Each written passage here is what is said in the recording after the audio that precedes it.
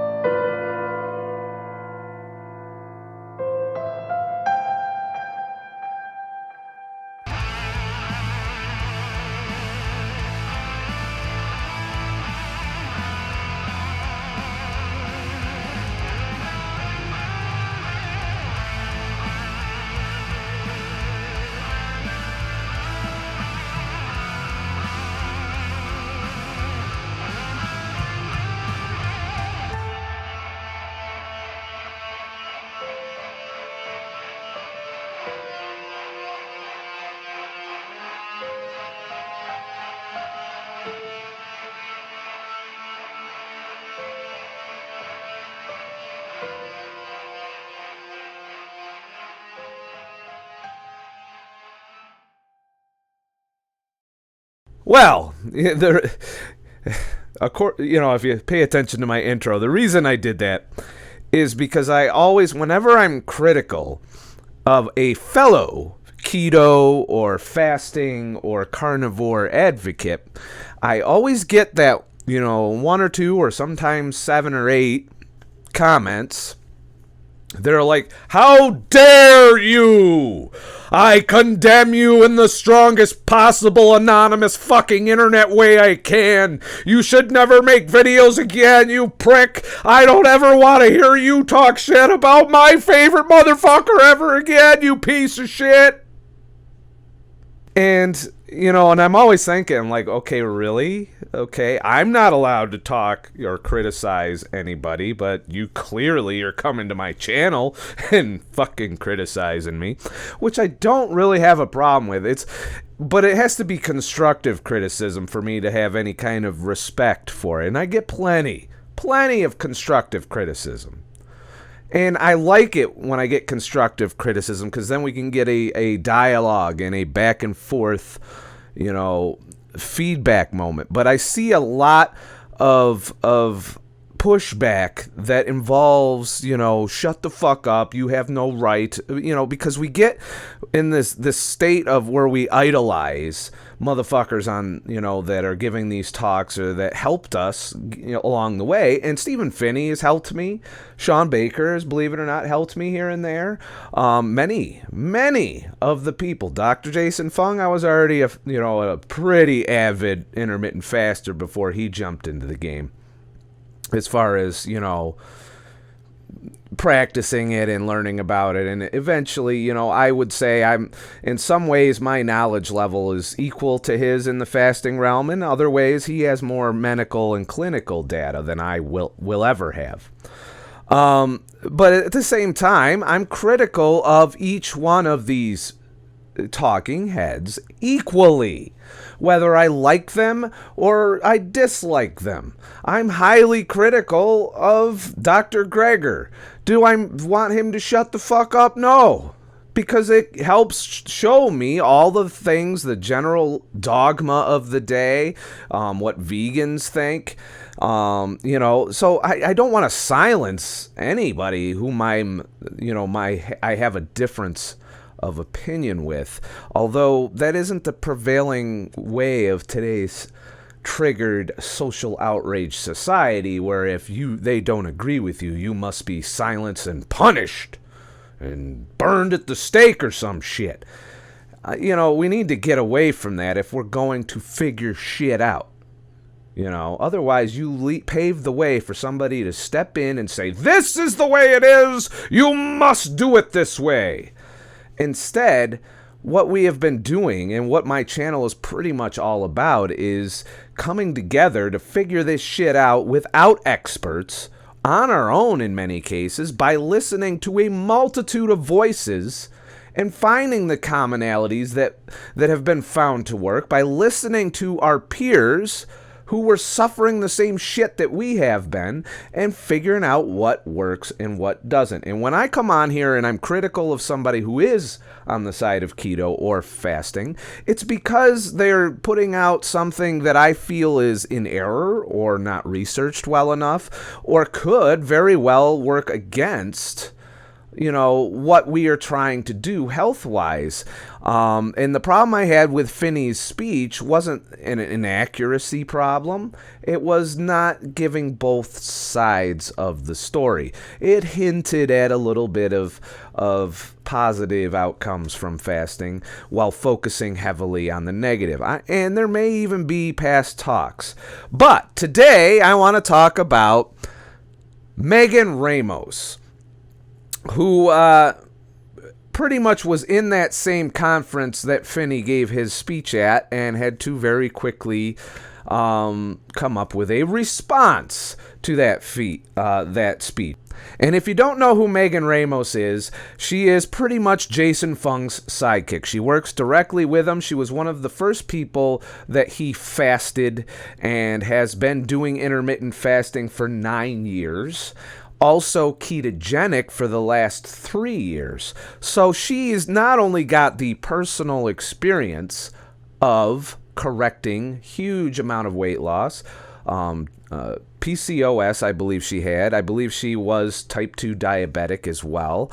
And she was the guinea pig of Jason Fung's intensive dietary management system, which now has 5,000 fucking patients. So I wanted to go through her response video, which I really didn't have a lot of. The only complaint or criticism I could give is that she didn't remain too focused on the subject at hand. She probably could have tightened it up a bit and focused on the data. And for me, the real meat of her speech was the second half of the video. But we're going to go through some clips here, and I'm going to, to give you my opinion here and there on not only her presentation as a whole, but of the things that she's saying based on my personal experiences, and also the experiences that I get thousands of stories from you guys on, both through the comments. I'm getting a lot of emails. I'm getting a lot of feedback, and I am going through it slowly. But you got to understand that what I'm here isn't to tell you what to do. And although I may seem a little preachy and headstrong, I'm aware of that. It's just how I am, personality-wise. But ultimately, the bottom line is never just do something based on what I'm doing. I'm just trying to point out different things and have a conversation about them, which is pretty much what YouTube is. That's what YouTube has that a lot of other platforms don't, is this back and forth, this sense of community that, quite honestly, most social media has lost sight of, and chasing memes and negativity and political, ideologies and divisiveness and criticizing each other. So, it's there's people that do that here, but I'm finding that, a real sense of dialogue with you guys who are my subscribers and who comment, and even the negative motherfuckers that come in occasionally, or the vegans that like to sit there and say, I fucking hate you because you eat animals, asshole. There's no dialogue in that kind, and I found that like Facebook and Twitter have just become almost undigestible with the amount of bullshit and triggeredness and outrage that we can't even have a conversation on there. And I'm hoping YouTube never gets to that point to where we can't have a conversation without butthurt just overruling and silencing everybody's opinion, because the only way you make progress is a diversity of opinion. So, Megan giving a response. Here's the first clip and shit. I'm doing something a little different today, so bear with me. I want you guys to understand, when Jason and I, when we write books, when we write blog posts, and when we talk in podcasts, I want you to understand the population of patients we're actually addressing. So the majority of the patients in our program in clinic, they're over the age of 40. Many of them are over the age of 60.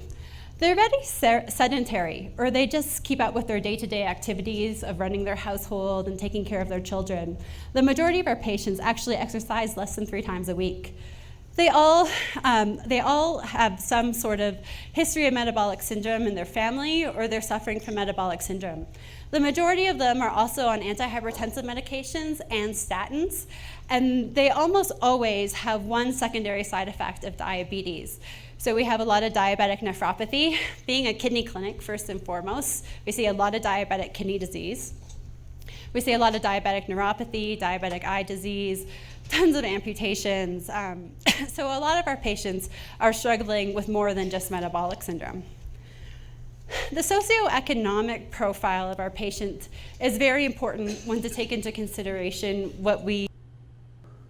So that's the first distinction that should be made, because I've noticed in the comments that a lot of you did notice that Dr. Phinney was it was, without being outright naming names and pointing fingers, was a bit hostile to the Jason Fung side of the house. And that's part of the reason she tailored her response. You know, she had a speech that she added to mainly for that reason.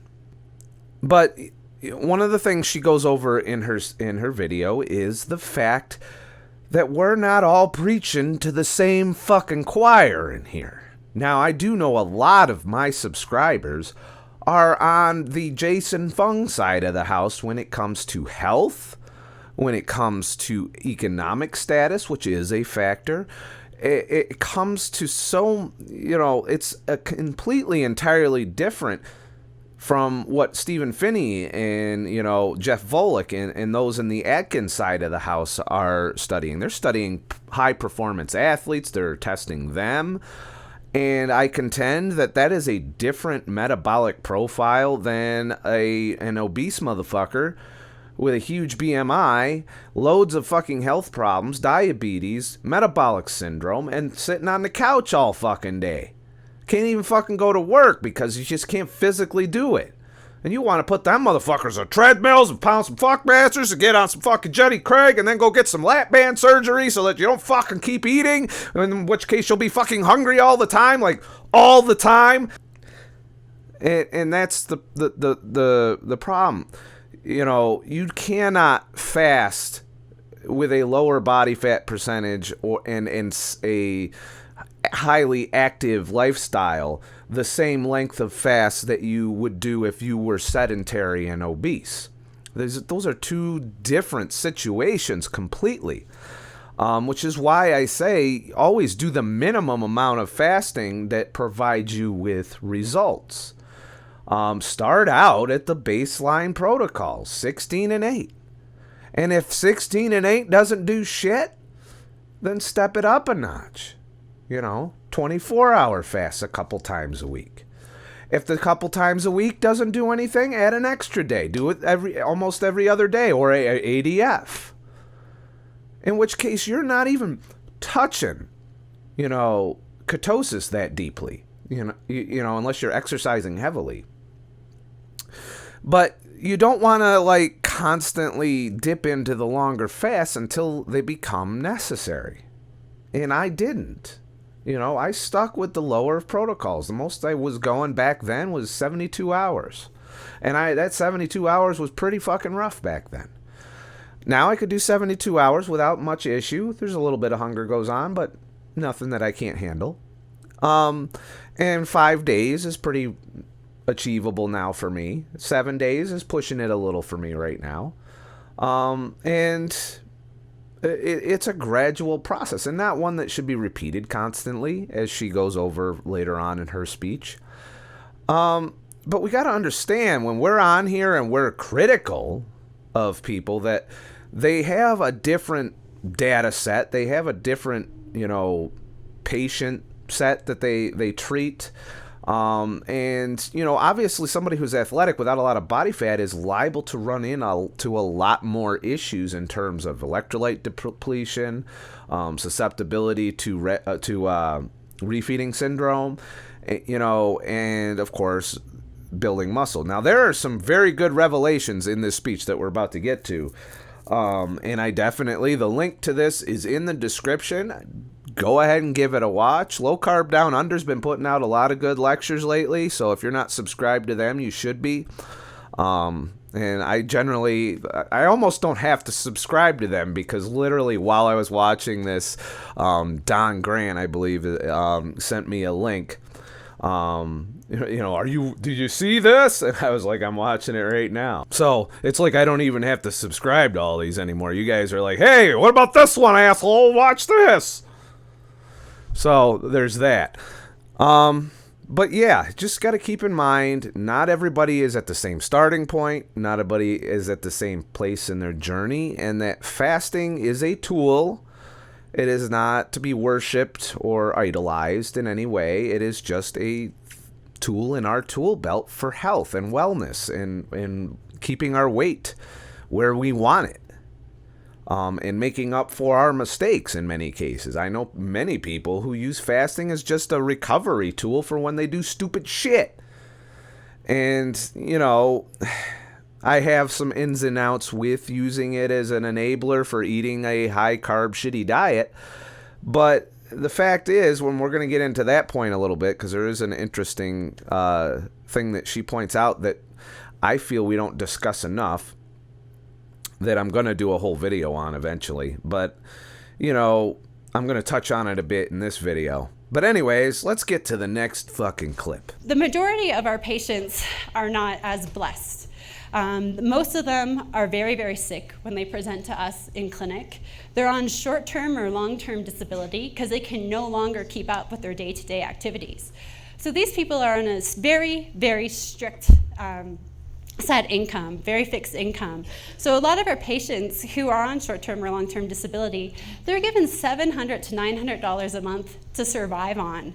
The cost of living in Toronto is very similar to that of Vancouver, San Francisco, and New York City. We are not a cheap place to live, but people live in Toronto because we have substantial opportunity for individual and personal growth within the city because we are such a large city. So these people on this fixed income, they have to buy food, clothing, pay for housing, transportation.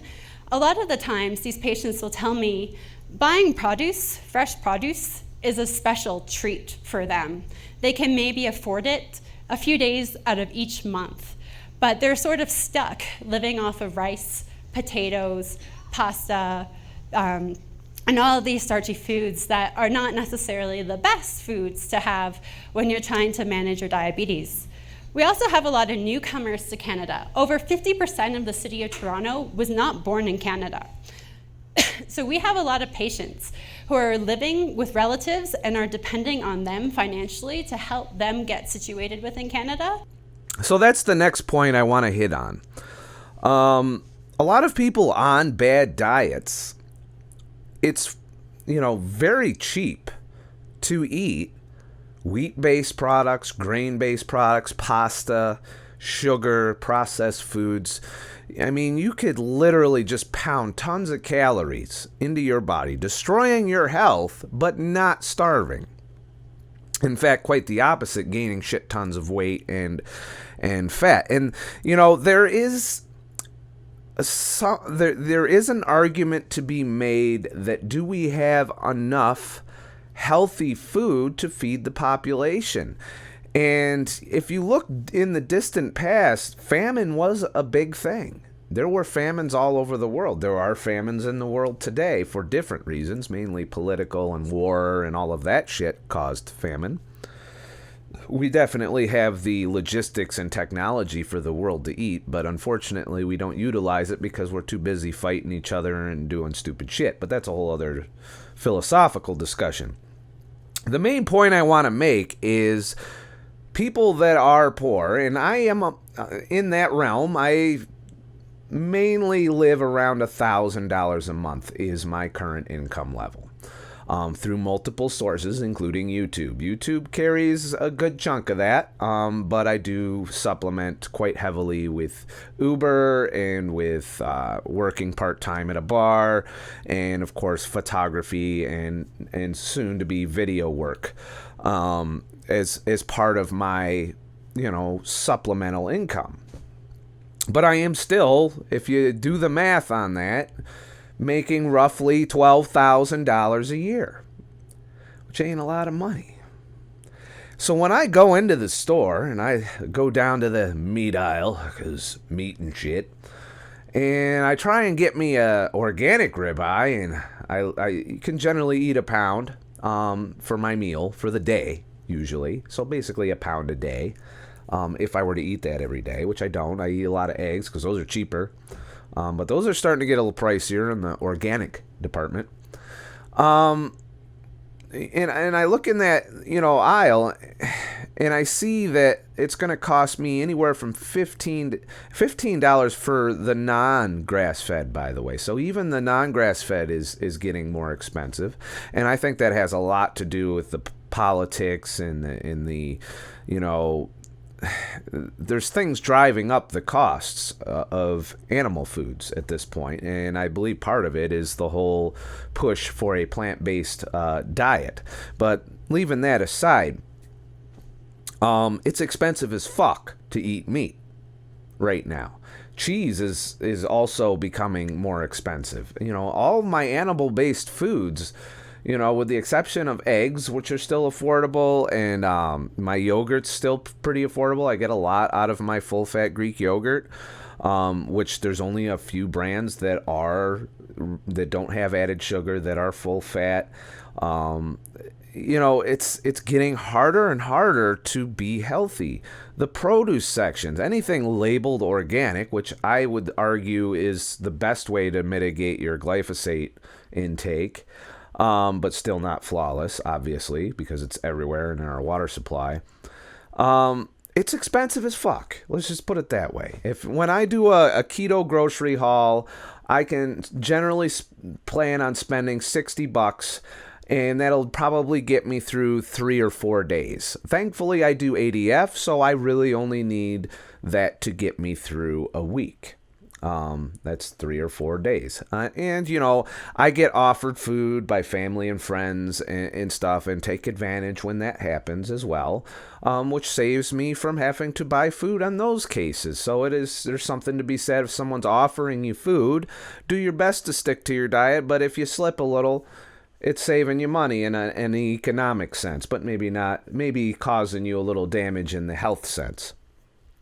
I don't do that very often. I tend to fast through a lot of the situations unless the food they are offering me is within the bounds of keto, leaning heavily towards the carnivore side. I don't do a lot of green vegetables anymore.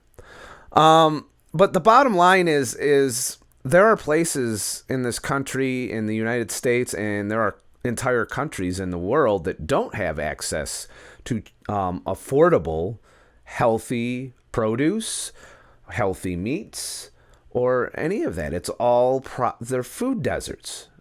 And there's also the economic barrier. If you got a family of 4 and you're trying to feed them, you're not going to be feeding them organic fucking meats and vegetables. Because if you're on minimum wage, or you're working for shitty wages, and you've got all these debts, and you're living in this house, this huge household, and you just ain't got the money for that shit. So that 99-cent box of mac and cheese that'll feed all your fucking kids starts looking pretty goddamn good, doesn't it?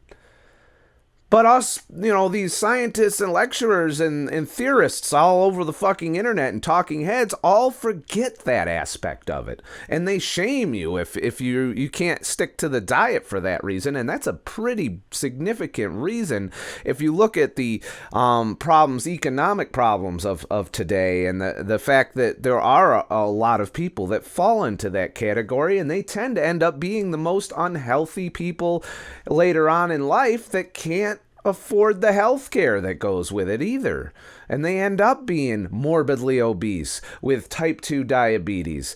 And, and they continue this vicious cycle of eating the fucked up foods, because you can go out and buy fucking a week's worth of soda for like $5. That's as cheap as water. In fact, it's probably cheaper to drink soda right now than it is to drink bottled water. And or if for breakfast, what's cheaper? cooking, with grass-fed butter and having some eggs and bacon, or getting a fucking box of sugary cereal to stuff in your family's face, along with the skim sugar-filled fucking milk to go with it. And, one of the factors of our food, the change in the things we eat has been that whole food availability dynamic. A while back, they were going, we can't have hunger in this country. It's not good for our elections and shit.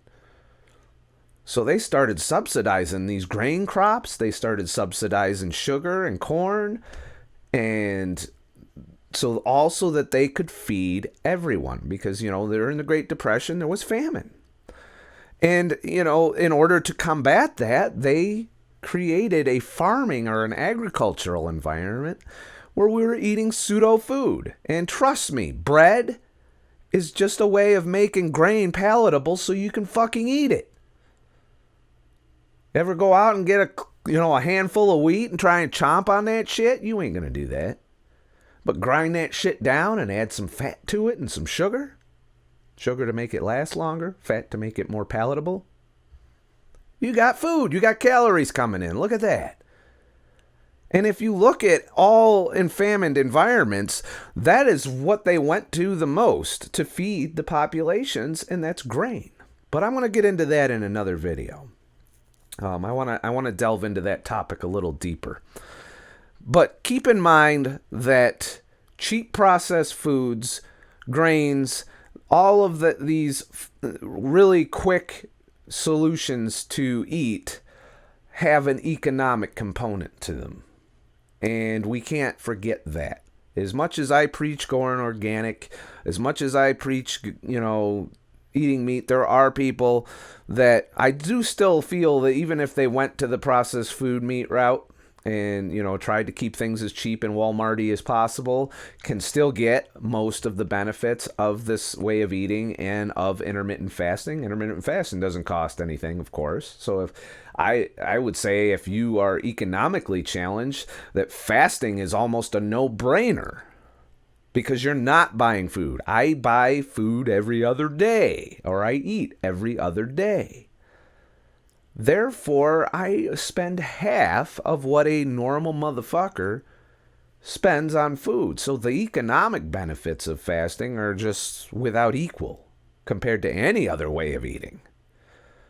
And obviously, the more hungry a diet makes you, the more it's going to cost you, because hunger always wins in the end. And if you can beat the hunger, you can beat the weight gain, you can beat the, all of your health issues once you're not driven by hunger. So actually jumping in and starting off with fasting controlled me hormonally so I could be more sensible and have more control over my foods. And over time, I started low carb very successfully, and I've been ketogenic for the better part of the last 3 years. Very successfully. So you can really start with either or. Nowadays, in 2017, 2018, there's such a great acceptance among the medical community on low carbohydrate and ketogenic diets. And family members are more supportive of their significant others and their parents, sisters, and brothers who want to do a low carbohydrate diet. So I would experiment and see what works for you. If you're new to fasting and you want to start, you can try a low carbohydrate. And that is true. One thing that I can say since I started doing this, this particular subject on YouTube and practicing it in my life, it has become more accepted. People, when I go out and people ask me why I'm not eating bread or this or that and the other, and I say ketogenic diet, I no longer get the deer in the headlights, are you fucking crazy look. Now it's more like you're doing that. Well, I thought about doing that, but I can't give up my bread and my pasta and my sugar and my cocaine and my heroin and my... You see where I'm going with that. It's becoming... We're winning this health battle from our little grassroots movement to ignore the prevailing, dogma in our government and in medical communities and our dietitians, and talking amongst ourselves, sharing our results, and we're getting back to this more crowd-based wisdom. More on that in another video. But ultimately, fasting, I believe, should be a part of everyone's life, whether it's the short fasts, which everyone can probably do, or the long fasts for particularly morbidly obese but otherwise fairly healthy in terms of electrolyte balance and other issues. And that's another important thing that she gets into, is what are their guidelines for who can do long fasts and who should avoid them. And she does go over that. We're working with a lot of high-performance professional athletes, which has been really cool. We've definitely had to change our protocols for these people. So one thing I really want you guys to keep in mind during the rest of my talk is our patient demographic. So we are not fasting high-performance athletes on a day-to-day basis. We have 12 in about 5,000 patients. So when Jason and I share our fasting protocols, share our protein recommendations, we're talking about the majority of our patient population. We're not talking about the 12 patients that are actively training twice a day for 90 minutes, 7 days of the week, where their livelihood depends on their athletic performance. So when we treat these individuals, now that we've started, we would never do any insane fasting regimen with these patients. We usually cap them to about 16 hours, and occasionally we go really wild and limit them to 24 hours. But we never would ever fast them for something like 28 or 38 days. They do not have the body fat to support that duration of fast on a regular basis. So that's one thing I want you to keep in mind throughout this talk, is our patient demographic. It is very different than many of our other colleagues who have presented at this conference today. We have very sick, very sedentary people. They are not active, they're not out doing weight training all of the time. They're not high performance athletes. So please keep that in mind. So what is considered therapeutic fasting? So for all you fuckmaster pounders on there, that's kind of important. When you are doing a lot of physical activity, you have a different electrolyte requirement than somebody who sits on their ass all day. And if you're running into those issues, you need to be very, very careful. And they do advocate supplementing your electrolytes during your fasts. It's important.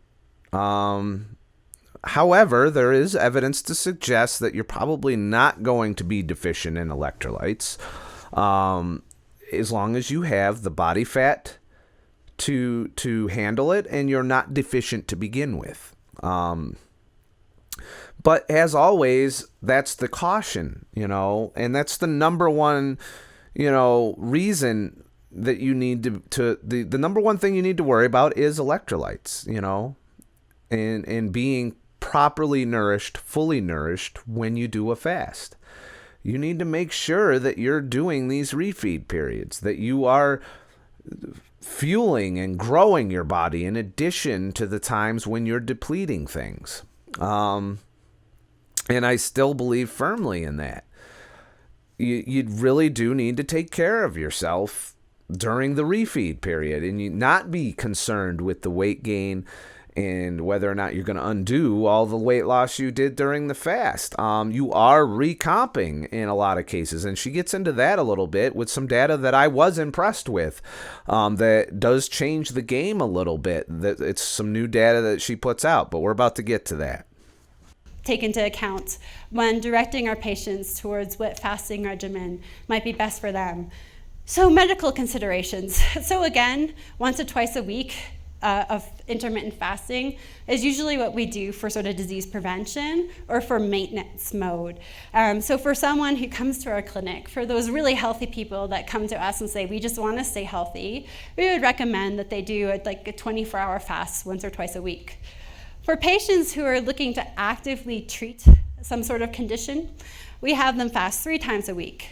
So various intermittent fasting protocols we recommend. The first one is a 24-hour fast. So you'd essentially fast from dinner tonight until dinner tomorrow, or lunch today until lunch tomorrow, a 24-hour period of time. We usually recommend this fasting regimen from people who don't have that much body fat to lose. So they're looking to lose their last 25, 30 pounds, nothing substantial. We also recommend this to people who are borderline diabetic, people who are diabetic and aren't on any diabetic medications yet, and also to those who are very ill. You never want to fast someone for a significant period of time when they're combating all kinds of health issues. You can't fast someone who's got less than 10% body fat for 30 days. You can't fast someone with congestive heart failure on fluid restriction for 30 days. So it's about being very smart and very... And that's kind of the thing I wanted to hit home with in the previous video is the cautionary note. I don't know everyone's situation that's watching me, and I can't give you personal advice on what to do about it. I can just point you in the direction of people that know shit, and ultimately it's up to you what you do. But you should at the very least increase your education on it. I myself find that protocol requirement a little bit on the conservative side. I think the max BMI I got to was like 38 or 39 when I started out, and so according to they would have never put me on some of the protocols I've done over the years. But I'm seeing that, they lean strongly towards the lower end of the fasting spectrum, which is an agreement with Dr. Phinney saying that the shorter fasts really don't have a huge impact. But they do them quite frequently, advocating at least 3 times a week. I can tell you that's pretty close to ADF at that point, with maybe a day here and there where you don't fast when you would probably otherwise do so on alternate day fasting. I myself, my favorite protocol, and the one I'm currently following for the most part, is alternate day fasting with fat. So it's not a pure water fast, so it's probably why I'm maintaining my current weight, not losing weight with ADF. I am ketogenic. I do test positive on the ketone strips for ketosis. And I'm just maintaining my current body weight in the 191 to 193 range. It fluctuates. This is without counting calories, without really, when I'm hungry, I eat on my eat days. On my fast days, when I'm hungry, I add fat to some coffee and drink my coffee. And that's pretty much where I'm at.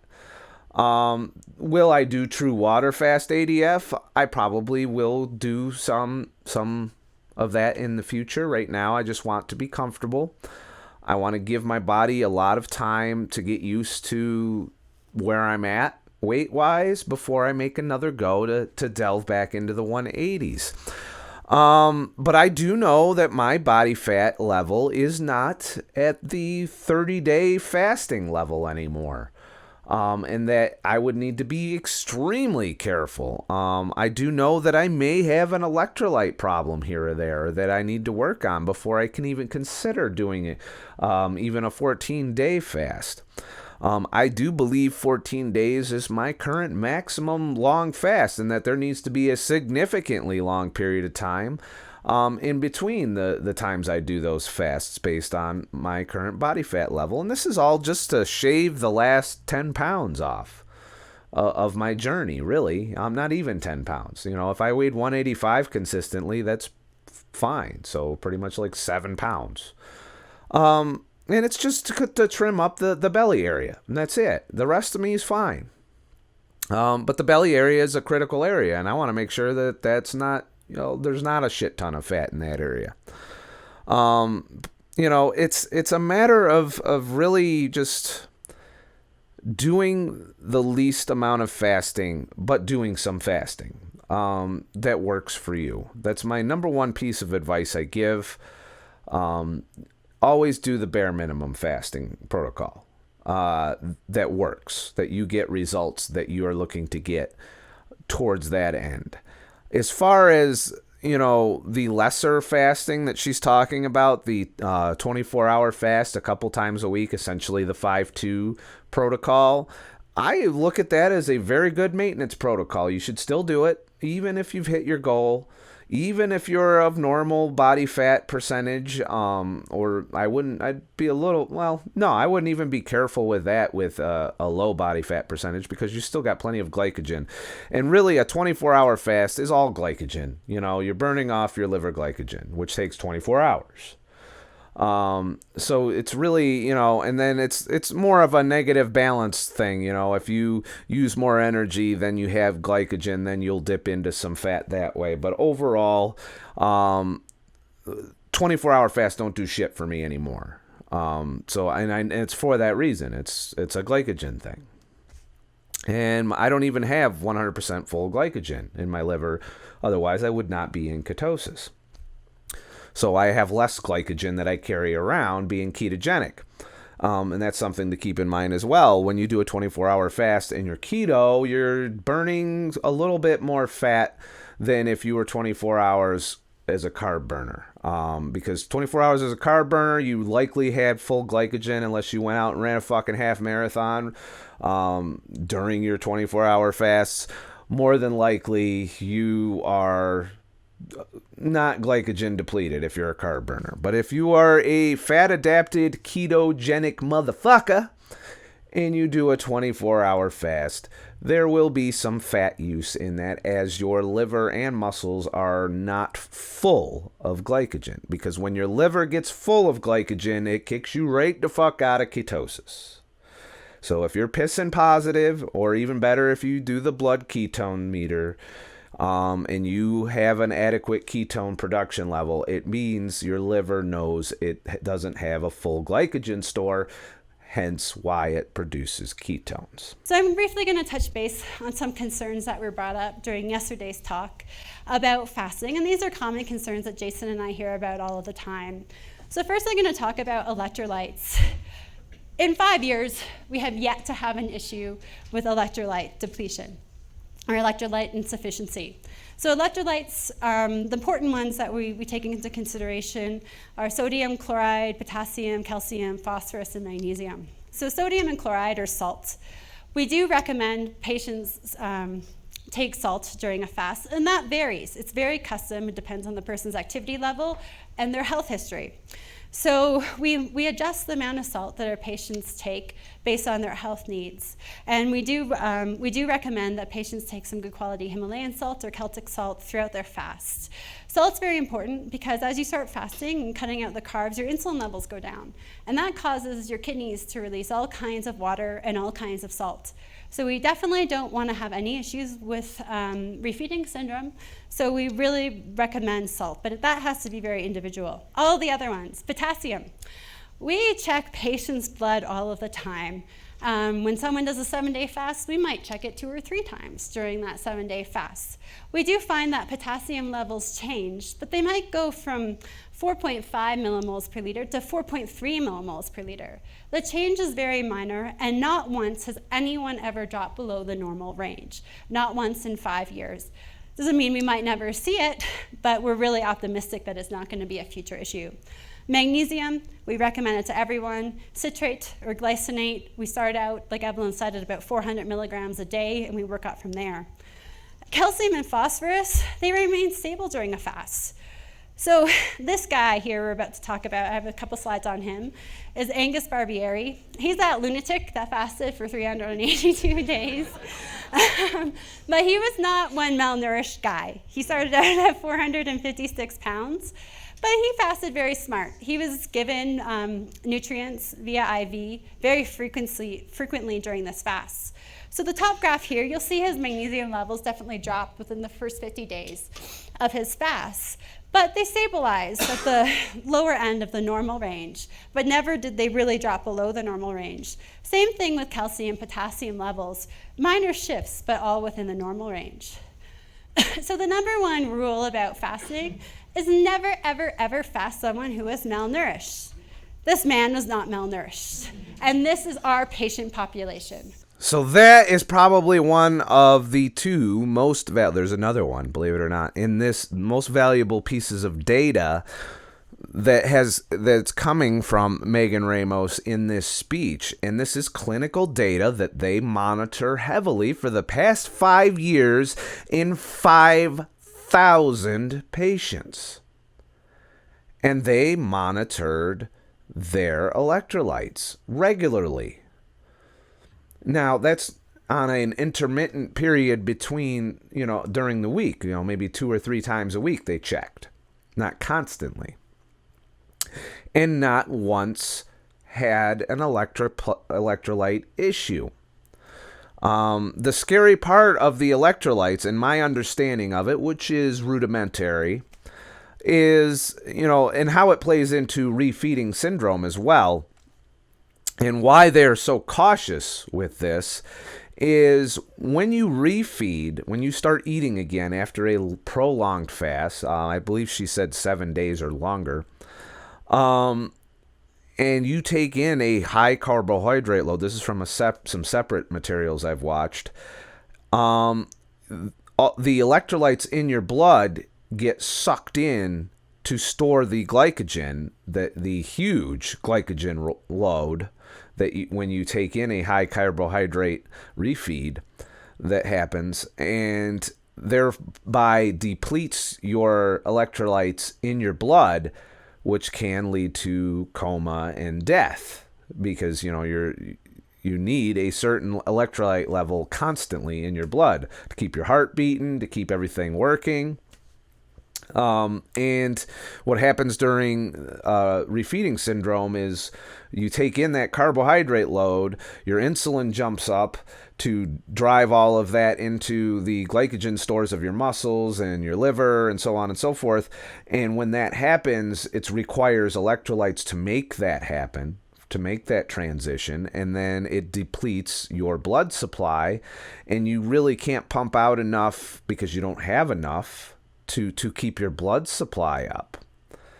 And that's where refeeding syndrome becomes a risk. So it's definitely important to make sure that your electrolytes are good. And you can do this by just going in and getting your blood work. If you have no issues, you're not on the low side at all or anything like that, when it comes to your electrolytes in your blood, when you go get your blood labs, then you can probably fast without an electrolyte issue. Like I said, I have cramps in my feet and legs, so I know I have an electrolyte issue, so I would be extremely cautious to supplement electrolytes if I were going to do a fast longer than 7 days, because I already know I can do 7 days. I've done it multiple times without, dropping dead. So I know that whatever my electrolyte issue is, it's not that bad. I also recently had blood work, which showed them my electrolytes in the normal range, so I can't completely explain why I get the foot cramps, but I do know that they are an electrolyte issue, and maybe just localized. I did have surgery in one of my legs from the broken bone a while back, which could have an effect on that. But overall, you got to be cautious when it comes to electrolytes. But that's one of the points she's making in response to Phinney's argument and worry about electrolytes. And I do find that most medical people and scientists are legit worried, and for good reason, about electrolytes. And when Angus did his insane fucking ass fast, they were just as cautious about electrolytes, and they kept his electrolytes up. Now, there's no real data on what happens if you don't, because we're so scared. And for good reason, we're scared of what happens with your electrolytes during a long fast, that we don't have data on people that didn't supplement with electrolytes. What happens to their electrolytes on a long fast if they started out with all the right things? They were good starting out, they were nourished, they were obese, so they could sustain a long fast. And, if what happens when all of those are good, but you don't supplement during the fast, and that's probably unethical to do. And I don't recommend doing that as a self-experiment, because if you're wrong, you're going to have you might die. So, but I would like to know if there's any way to know what happens when you don't supplement over a long fast. Electrolytes. There is anecdotal cases where they say they didn't do anything. You do get some electrolytes through water, through coffee. You get a little bit of potassium in coffee if you do black coffee during your fasts. They recommend bone broth in this particular video as a supplement for electrolytes during like a 7-day or longer fast.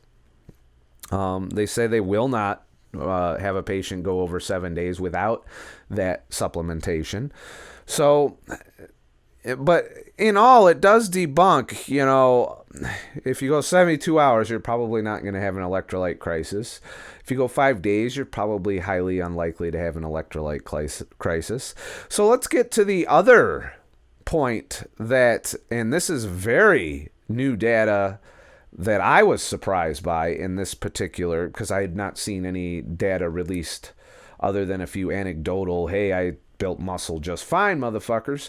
But let's talk about the big thing that Phinney was beating on in his speech, and that's lean mass or loss thereof. Now, keeping in mind, Phinney does work with athletes, whereas Fung and Ramos are working with obese couch potatoes. So there's a little bit of a very confounding variable here, but I still was astonished by this next chunk of data she presented. The loss of lean mass, which I think is the thing I've been tagged on the most since yesterday morning on social media. But to reiterate Dr. Phinney's answers for most of his Q&A questions, was we need more data. We simply need more data on the effects of prolonged fast. I know Fung says stuff, I know Phinney says stuff. They're both brilliant men. Lots of respect for both of them. They both have very different patient populations, wouldn't you say? Phinney's focused a lot of his career on high-performance athletes. We focus a lot of our career on, couch potatoes. So it's a very different patient population. We have sick people that would love to be high-performance athletes, but they're just too sick to get off the couch. So I'm going to share with you a little bit of our clinical observations when it comes to lean mass loss. And what we've seen has just been really cool. We've only seen lean mass gain, which is really awesome. So we are, thank you. We are actively collecting data. I have a team of medical students who I drive crazy on a regular basis doing research for us. So hopefully within the next couple of years, we'll get some of these publications out. We're 5 years young. So we just have now sufficient data to support publishing some research. So this is a clinical example that I'm going to give today. A 53-year-old female. She's been fasting for about 2 years. Once a month, she does a 96-hour water and salt-only fast. The rest of the days of the month, she varies between 16 and 24 hours of fasting daily. She does quite intense weight training twice a week. Like, she could bench press me with her right finger. I'm pretty confident about that. And she's been on a ketogenic diet for the better part of 4 years. Because she's so intense with her exercise, we definitely have her adjust her protein up to support her lean muscle mass and the development of future lean muscle gain.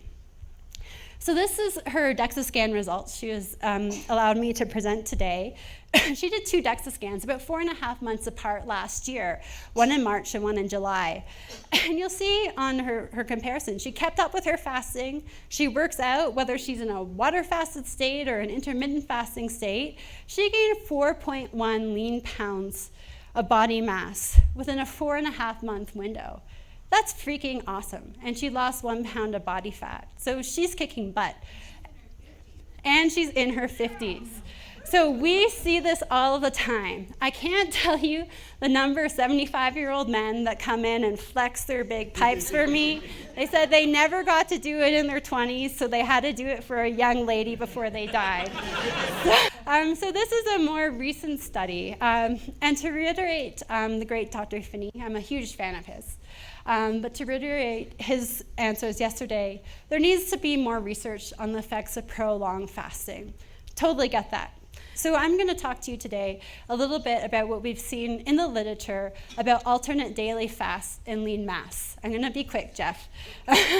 So this is a randomized controlled trial. They did alternate daily fasting of 0 calories and daily caloric restriction, where they reduced the patients from about 2,500 calories a day to 2,000 calories a day and assessed them over 32 weeks. They both lost about the same weight, but what was interesting was the kind of weight that they lost. So their total fast percentage in the low calorie group, or the calorie restriction group, was only down 0.7%, whereas in the alternate daily fasting group, their total body fat percentage was down 2.4%. With their trunk fat mass percentage, so trunk fat, that's all your visceral fat, that's all that disease-causing fat. In the calorie restriction group, we only saw it down 0.3%, but in alternate daily fasting, we saw it down 1.8%. And now on to lean mass. In the calorie restricted group, we saw their lean mass go up about by 0.5%. And when your body fat goes down, your lean mass is gonna go up. But it only went up about 0.5% in this calorie restricted group. But in the alternate daily fasting group, it went up by 2.2%.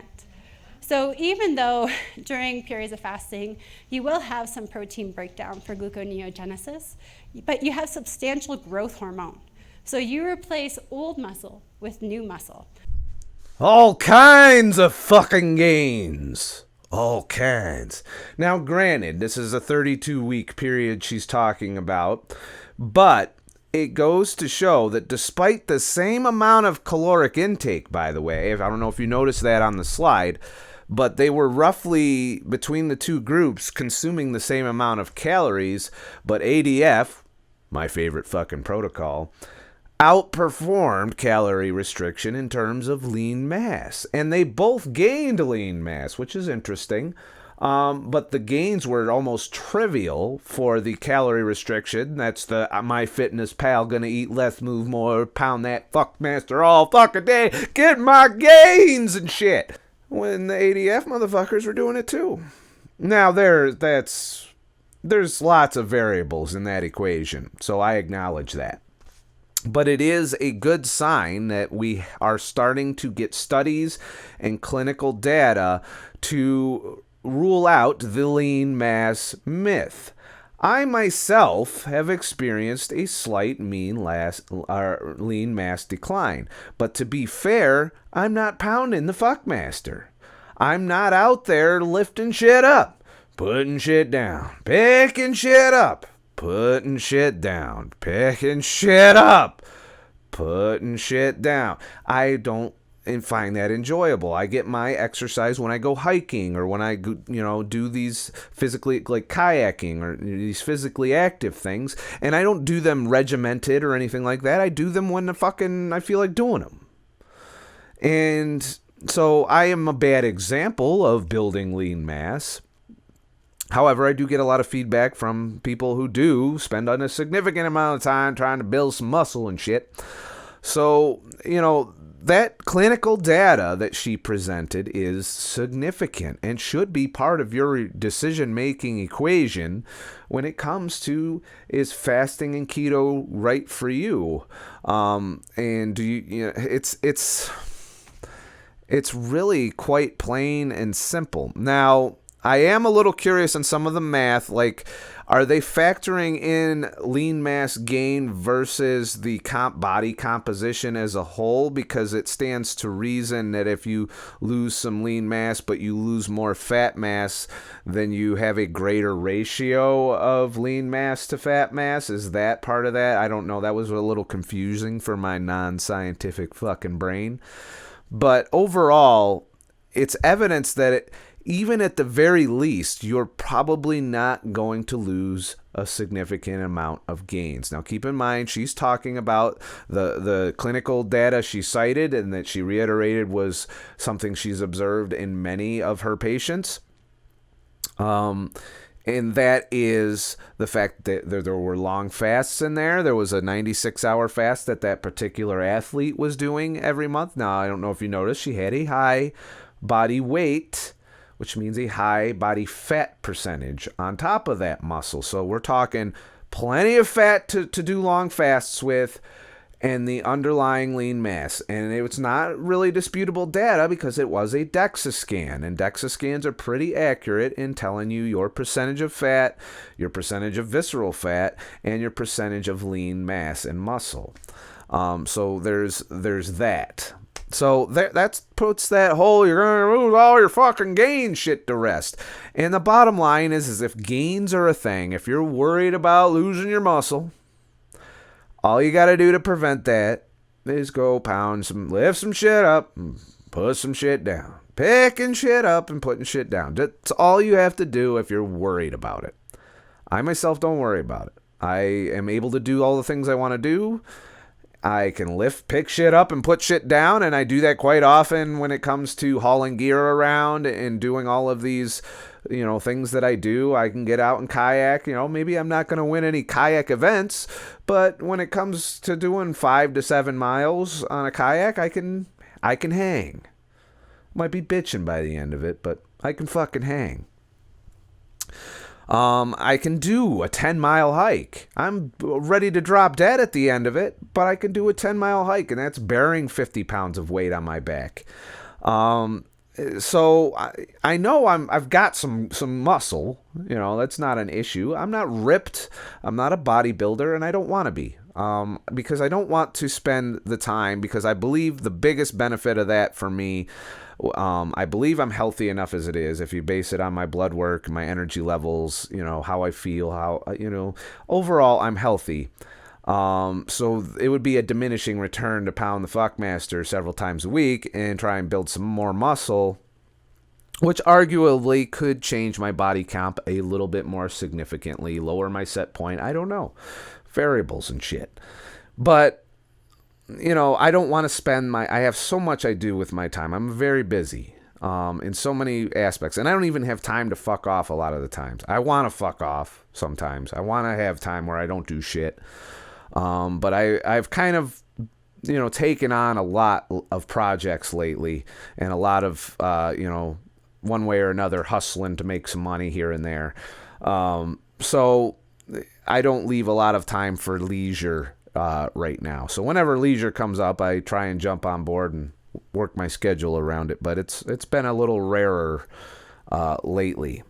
If it's important to you and you are worried about lean mass, then this data to me is a nice relief that you can fast. And as long as you're working out, as long as you're doing the other requirements and eating enough protein, there's some debate in that here and there on how much protein you actually need. There's not a real consensus on protein requirements for building muscle, and there's not a lot of data even in what she presented on that, but she does say that protein matters when it comes to lean mass and preserving it and growing it. But she really was harping on the human growth hormone boost, which does happen during fasting, and that being protective of your gains. So you're not going to burn off your muscle. You don't start burning off your muscle till your body fat percentage is just so low that you cannot get the energy you need from your body fat to run your body. And your body knows when that is, and it's probably anything under 15% body fat. You need to be careful, because that's when your body's going to try and hold on to some body fat. And in order to do that, it's going to have to turn to your muscle primarily. And one of those muscles is your heart, but thankfully the body's not stupid. It's not going to go right for your heart. Chances are you'll look pretty emaciated by the time you have your fucking grabber from not, eating. But the fact of the matter is, if you're to that point in body fat percentage, then you need to keep your fasts, more intermittent and not as lengthy. And that's, this is not rocket science to do this stuff. But you tell people, that you even go 24 hours without a meal, and they look at you funny still. So fasting's not quite as popular yet as keto has become. But it's going to gain ground, I think, the more and more we study it, and the more and more people who try it show the benefits of it. So this is quite the contrast of presentation, by the way, that Megan is able, was able to present pretty much a similar presentation about fasting while both going over the risks and benefits of fasting. And this is my criticism of Phinney, that he failed to do during that presentation. He could have, but he mainly highlighted the negatives and said, well, apparently there was a Q&A. I haven't seen it. If anybody knows the Q&A for that particular speech, I'd love to watch it. But she gave a recap of it but we need, I hopefully somebody recorded the Q&A. I would have loved to have heard it. But his response in the Q&A was, look, we need more data. And she reiterated it right there. So that's something to keep in mind. So before we go on this long ass video, I do want to present one last thing that she goes over in this talk. But I still recommend you watch the entire talk. I have not covered all of the points that she covered. And show some love for low carb down under in the process. That's part of the reason I do these reviews, is I want these other channels to grow as well as me, so that the entire movement and sharing of knowledge continues to grow. The calorie restricted group, their metabolic rate dropped by 76.1 kilocalories over the 32 weeks, which had a p-value of 0.045. That means it's quite a substantial drop in their resting metabolic rate. But in the alternate daily fasting group, it only dropped by about 29.2 kilocalories per day with a p-value of 0.416, which is not clinically significant. And if you look at the actual numbers, alternate daily fasting group went from 1,689 to 1,659.8, which really is not that substantial over 32 weeks. So just a little bit about myself. I was a chunky monkey. So, if one of the few criticisms I do have about Megan Ramos's response to Dr. Phinney's, the majority of Dr. Phinney's talk, which is by the way, if you're wondering what the fuck I'm talking about and I lost you, I did a video before this one about his speech. The metabolic rate drop, and I stand by everything I said, that there is a metabolic rate drop associated with fasting. There is not a lot of science or data. There is some anecdotal shit here and there, but overall, we don't know what it takes to really ramp up metabolism. Now, my self-experimentation, I feel the fact that I plateau going back up on a ketogenic diet, that a ketogenic diet, unmoderated calorically, as in you're eating intuitively, maybe even overeating some fat, will plateau you going up. There's been some self-experiments, or N equals 1 I've seen on the internet. I forget the guy's name, but he did like a 4,000 calorie a day overeating and only gained 3 pounds total for the whole period, which kind of makes sense in my current paradigm of plateauing going up. But I contend, my hypothesis, based on my own self-experimentation, is that you can rebound your metabolism after a fast effectively with a ketogenic diet eaten intuitively, as in you're not still trying to hold on to your weight loss from the fast. You are thereby refeeding properly. And even if you regain all the weight, you might eventually settle back down to a lower set point than you started with. And that's my theory on why I'm doing this the way I am, to get my set point firmly implanted into the mid 180s, because I know that it's not necessarily a lean mass thing. I know I'm still carrying some belly fat, and a little bit more belly fat than I'd like. I'm within the healthy realm. It's, less than half in circumference. It's less than half my height, which is a general, not too accurate way of figuring out how much visceral fat. Ultimately, I would need a DEXA scan or some kind of MRI to see how much visceral fat I have. But overall, the metabolic rate drop, ADF being my favorite protocol based on that study that she pointed out, would be fine. I could handle burning 36 less calories at rest. I think I could just take a shit and burn more calories than that. So that is pretty insignificant. To be fair, the metabolic rate drop of the low-calorie diet side presented in that particular study was a little more significant, but it's not setting the world on fire. We're talking maybe 100 calories or maybe even 150 calories at rest. These are modest amounts, and honestly, you could have a margin of error that's 200 or 300 calories when it comes to counting calories. All the more reason to not count calories. But there is data from other sources that suggests that you can significantly tank your metabolism the more caloric restriction you do, and there's probably significant data in the realm of extreme starvation that shows that you can significantly drop your metabolism at rest by up to 500 calories. We need more research on metabolism. It's just not there. And the reason we're not getting it is because it doesn't really support that whole calories in, calories out fucking dogma that has been shoved up our ass for the past 40 years. And until we can get that shit fucking theory out of our head, we're not going to do the proper research on metabolic rate, because nobody's paying for that. Sorry, I got a little bit triggered. My bad. But what the fuck do I know? I'm not a fucking expert. I'm just a fucking asshole. I'd like to take a moment to thank those of you who have contributed to my channel via ScottTheTruckDriver.com. If you found this video enlightening or helpful in any way, or I turned on some light bulb in your life that's going to save your health and save you all kinds of medical costs and keep you from spending money on food every fucking day, you can go to ScottTheTruckDriver.com and leave a few bucks in the tip jar, the virtual tip jar there. The link is in the description. Or you can become a patron on Patreon.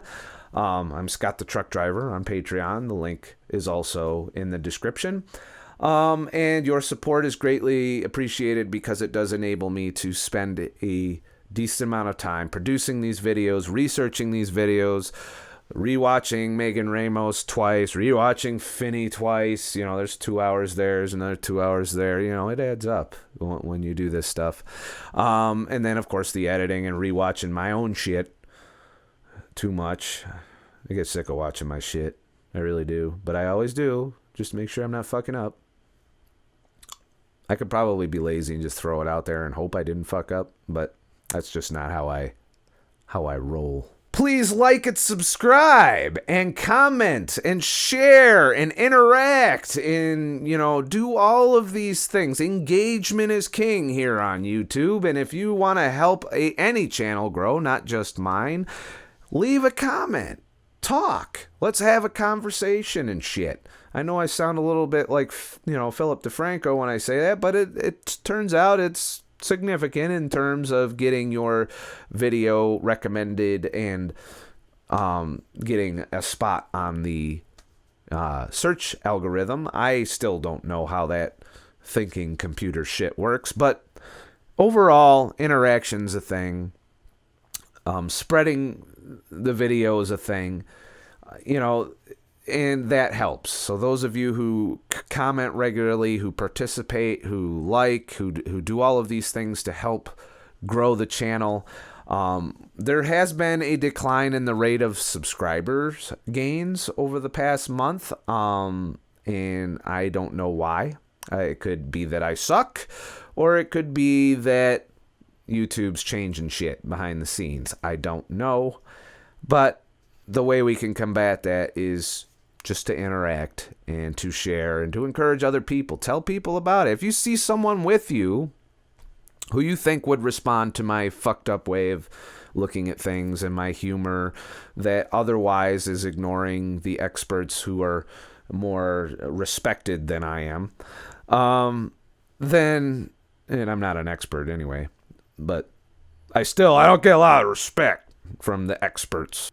But if you think that they'd kind of be set on the path of learning this stuff via my videos, let them know about me.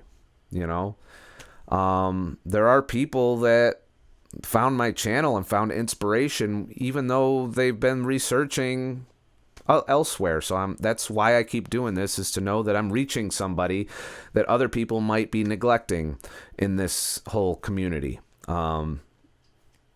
And that's mainly the unhealthy couch potatoes that are being neglected, I feel. So that's it for this video. And have a nice motherfucking day. And shit.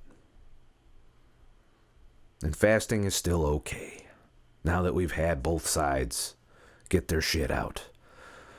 Now, if Phinney and Fung could stop having a dick measuring contest, then we can all move on together.